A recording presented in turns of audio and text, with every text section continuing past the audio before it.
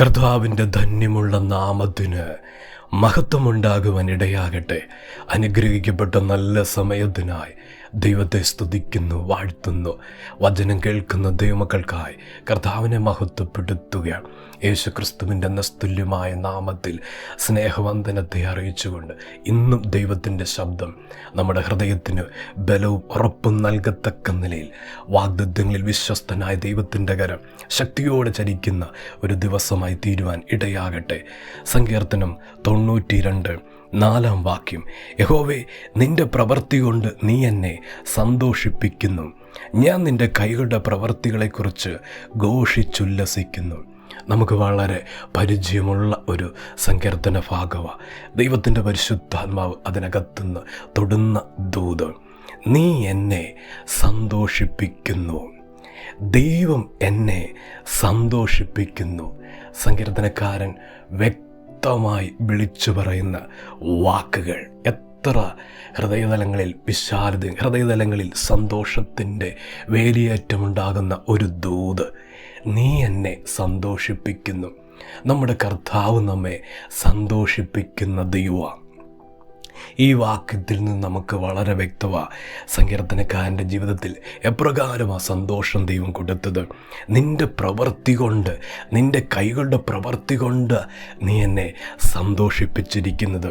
ദൈവത്തിൻ്റെ വൈതലേ, ഹൃദയതലങ്ങളിലേക്ക് പരിശുദ്ധാത്മാവ് ആഴമായി ഈ ദൂത് പകരുക.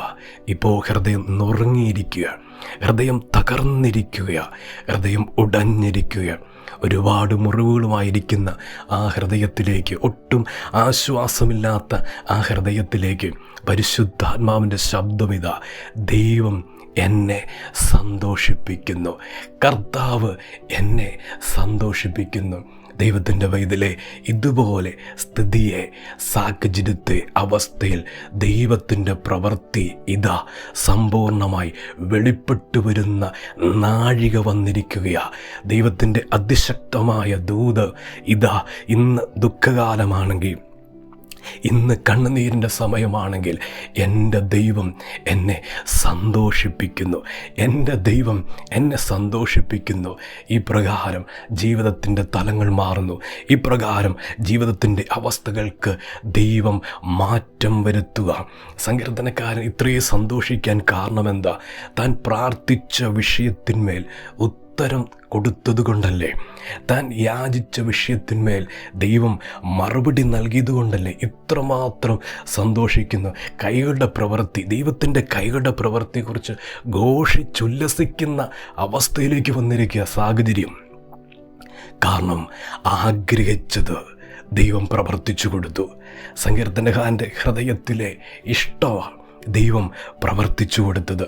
താൻ പ്രതീക്ഷിച്ച വാതില ദൈവം തുറന്നു കൊടുത്തത്. പരിശുദ്ധാത്മാവ് അതിശക്തമായി ദൂത് വെളിപ്പെടുത്തുക. ദൈവത്തിൻ്റെ വൈതലേ, ദൈവപ്രവൃത്തി നിരാശയ്ക്ക് കാരണമാകത്തില്ല.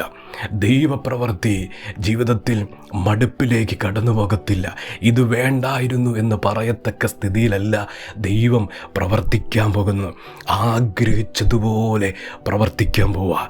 എൻ്റെ ഹൃദയത്തിലെ ഇഷ്ടം എന്തായിരുന്നു അതുപോലെ പ്രവർത്തിക്കാൻ പോവുക.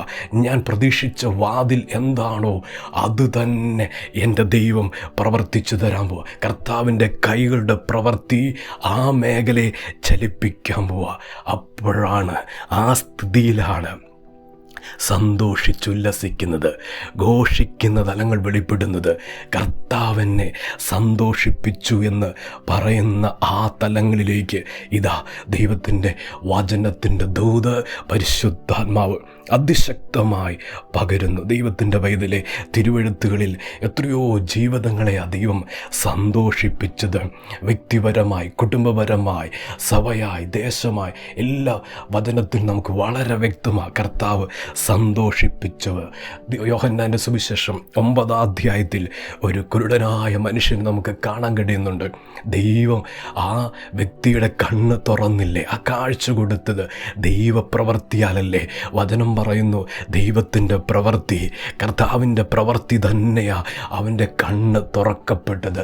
ആ സ്ഥിതിയിൽ ആ വ്യക്തിപരമായി സന്തോഷമുണ്ടായി, കുടുംബപരമായി സന്തോഷമുണ്ടായി. ദൈവത്തിൻ്റെ പൈതലേ, ഇന്ന് കർത്താവിൻ്റെ ശബ്ദവിധ വീടടക്കം ആനന്ദിക്കുന്നൊരു ദൈവപ്രവൃത്തിയുടെ സമയമായി. ജീവിതത്തിൻ്റെ തലങ്ങളിൽ ചേർന്ന് നിൽക്കുന്നവർ ആനന്ദിക്കുന്ന നിലവാരത്തിലുള്ള സമയമായിരിക്കുന്ന പരിശുദ്ധാത്മാവ് ദൂത് അതിശക്തമായി വെളിപ്പെടുത്തുക. അതുകൊണ്ട് സക്രിയാവിൻ്റെ ജീവിതത്തിൽ, എലിസബത്തിൻ്റെ ജീവിതത്തിൽ വാഗ്ദത്തങ്ങളുടെ നിവർത്തി വെളിപ്പെട്ടു വന്നപ്പോൾ ചാർച്ചക്കാരിക്ക് സന്തോഷിക്കുകയല്ലേ, അയൽക്കാരിക്ക് സന്തോഷിക്കുകയല്ലേ. ദൈവം എത്ര വിശ്വസ്തന, ദൈവം സന്തോഷിപ്പിക്കുന്ന ദൈവമാണ്, ദൈവം ആനന്ദം കൊണ്ട് നിറയ്ക്കുന്ന ദൈവമാണ്. ഇന്ന് പകൽ ശക്തിയോടെ ദൂത് വിശ്വസിക്കട്ടെ, ശക്തിയോടെ ദൂതേറ്റെടുക്കട്ടെ. എൻ്റെ കർത്താവ് എന്നെ സന്തോഷിപ്പിക്കുന്ന ദിവസങ്ങളാണ്, എൻ്റെ ദൈവം എന്നെ ആനന്ദിപ്പിക്കുന്ന ദിവസങ്ങളാണ്. അപ്രകാരം ദൈവത്തിൻ്റെ കൈകളുടെ പ്രവൃത്തിയെ ദൈവം വ്യക്തമാക്കാൻ പോകുന്നു, കൈകളുടെ പ്രവൃത്തിയെ ദൈവം വെളിപ്പെടുത്താൻ പോകുന്നു. ആ നിലയിൽ സ്വർഗപിത മാനിക്കുന്നു, ദൈവം അനുഗ്രഹിക്കുന്നു. കർത്താവിൻ്റെ ദൂത് ചരിക്കും, ദൈവത്തിൻ്റെ വാഗ്ദത്തങ്ങളുടെ നിവർത്തിത സ്വർഗം വെളിപ്പെടുത്താൻ പോകുന്നു. കർത്താവ് സഹായിക്കുക. നമുക്ക് പ്രാർത്ഥിക്കുക. സ്നേഹവാനായ ദൈവമേ, സ്വർഗീയ പിതാവേ, ഇന്ന് കേൾപ്പിച്ച ശബ്ദം പോലെ കർത്താവേ അതൂതൊന്ന് ചലിക്കട്ടെപ്പാ. നീ എന്നെ സന്തോഷിപ്പിക്കുന്നു. സങ്കീർത്തനക്കാരൻ ഉള്ളം എത്ര ആനന്ദിക്കുന്നു, എൻ്റെ ദൈവം എന്നെ സന്തോഷിപ്പിക്കുന്നു. അതുപോലെ വചനം കേൾക്കുന്ന ദൈവമക്കളെ ഒന്ന് സന്തോഷിപ്പിക്കുക. ദൈവത്തിൻ്റെ പ്രവൃത്തി കൂടിയേ തീരൂ, ദൈവത്തിൻ്റെ മഹത്വം നിറങ്ങിയേ പറ്റൂ. ഈ ദിവസങ്ങളിൽ അപ്രകാരം ദൈവിക വിടുതൽ കുടുംബത്തിൽ കർത്താവെ തലമുറകളുടെ മേൽ കൽപ്പിക്കുക.